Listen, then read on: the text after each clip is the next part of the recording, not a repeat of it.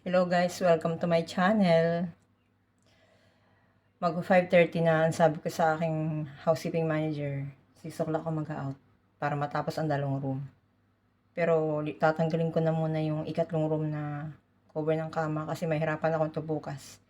Ipapakita ko sa inyo yung itsura ng balaga na room. Sobra ito. Iiyak ka talaga, lalo na kung bigyan ka pa ng, bali ngayong araw na to, 18 check out ako. Ibibideo ko kung ano itsura. Anyway, I'm Shia and this is Israel Hotel Housekeeper Channel.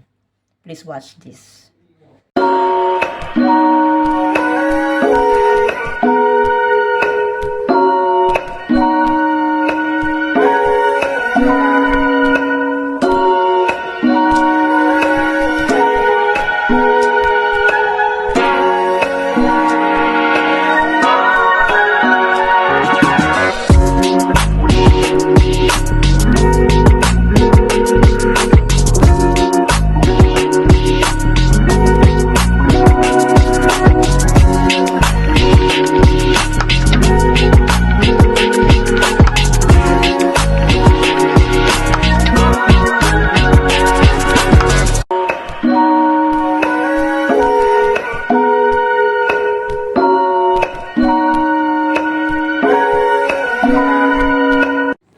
Ayan, pagbukas ko ng pinto, yan ay itsura ng CR.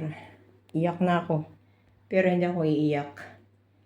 Tatanggalin ko muna lahat ng mga basura. Lahat yan. Tapos, lahat yan, pipick upin ko.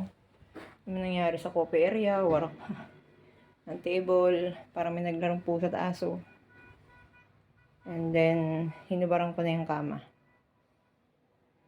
Ganun lang. Para hindi kayo may stress, hubaran nyo muna yung kama, tapos tatanggalin yung mga basura.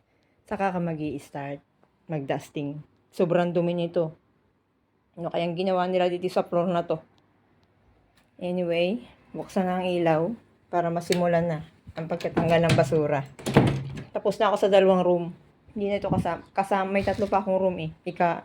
Naka 15 room na ako. Yung isa nag-stay over eh.